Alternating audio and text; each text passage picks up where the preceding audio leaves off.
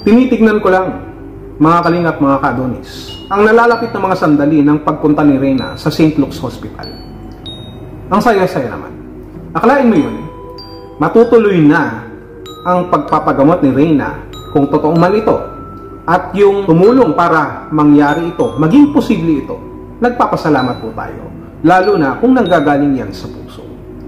But on the other hand, hindi ko naman nilalahat. Mayroon sa parte ng aking damdamin o puso na nag-iisip pa rin, no, na hindi maiwasan na baka may iba pang agenda kung bakit gustong dalhin si Reyna sa St. Luke's Hospital ipagamot.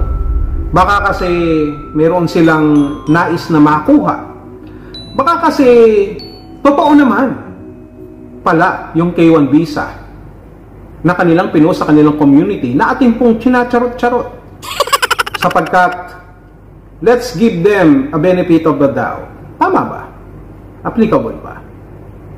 Na itong K1 visa na ito ay baka talagang gagamitin nila para kay Reyna na gusto nilang dalhin sa bansang Amerika. Malalaman naman natin yan. Kung ano ang kanilang layunin, ang kanilang dahilan, ay malalaman natin sa mga susunod pang araw, susunod na panahon. Bakit? Hindi sila makakatakas sa atin. Kahit saan sila magpunta, sa Amerika, sa Australia, sa London, sa Canada, New Zealand, everywhere. Masusundan ko sila.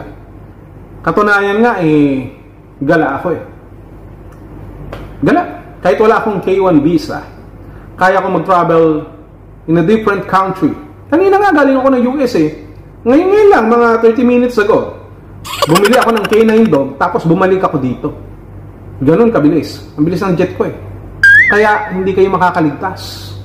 Kung ano man ang inyong mga plano, sinasabi ko na sa inyo na maghunos dili kayo. Maawa kayo sa bata.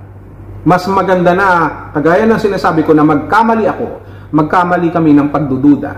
Para naman, kung magiging totoo man na mapapabuti si Reyna, then so be it, at magpapasalamat pa kami sa inyo. Opo, nararapat po na bigyan kayo ng parangal dahil sa ginawa po ninyong pagtulong kay Reyna.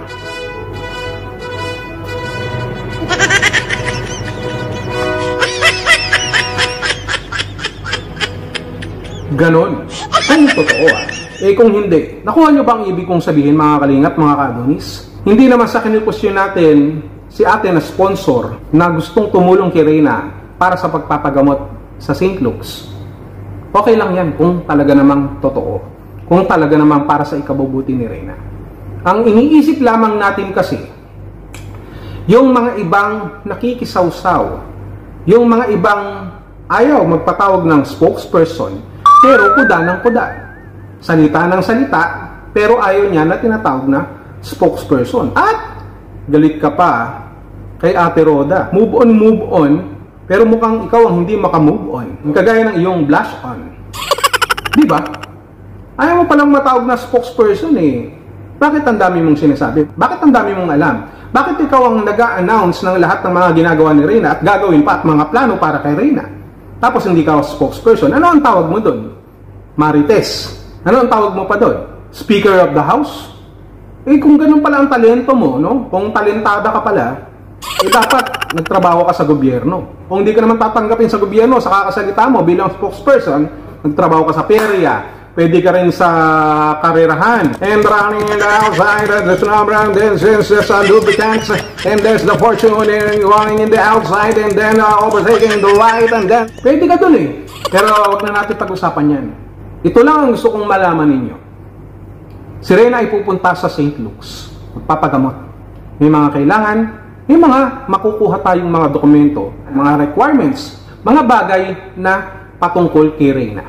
At sana, itong mga makukuha natin, na mga kailangan, ay hindi gamitin ng iba para sa kanilang pansariling interes. Baka kasi, ang mangyari dyan, kumuha lang sila ng certificate, kumuha ng kung ano man nakatibayan na si Reyna ay ganyan. Pagkatapos ay bibigyan sila ng certification at maglalakad sila at kung ano pa ang mga lalakarin nilang dokumento, ipaprocess nila ang K1 visa para makarating sa Amerika at gagawin nila kung ano-ano pa ang mga bagay na pwede nilang gawin para sa kanilang sariling pakinabang. Ang tanong dito, maaaring totoo yung K1 visa na pinag-usapan natin. Maaaring ako pala ang mali. Baka naman tama pala yung K1 visa ang kinukuha nila.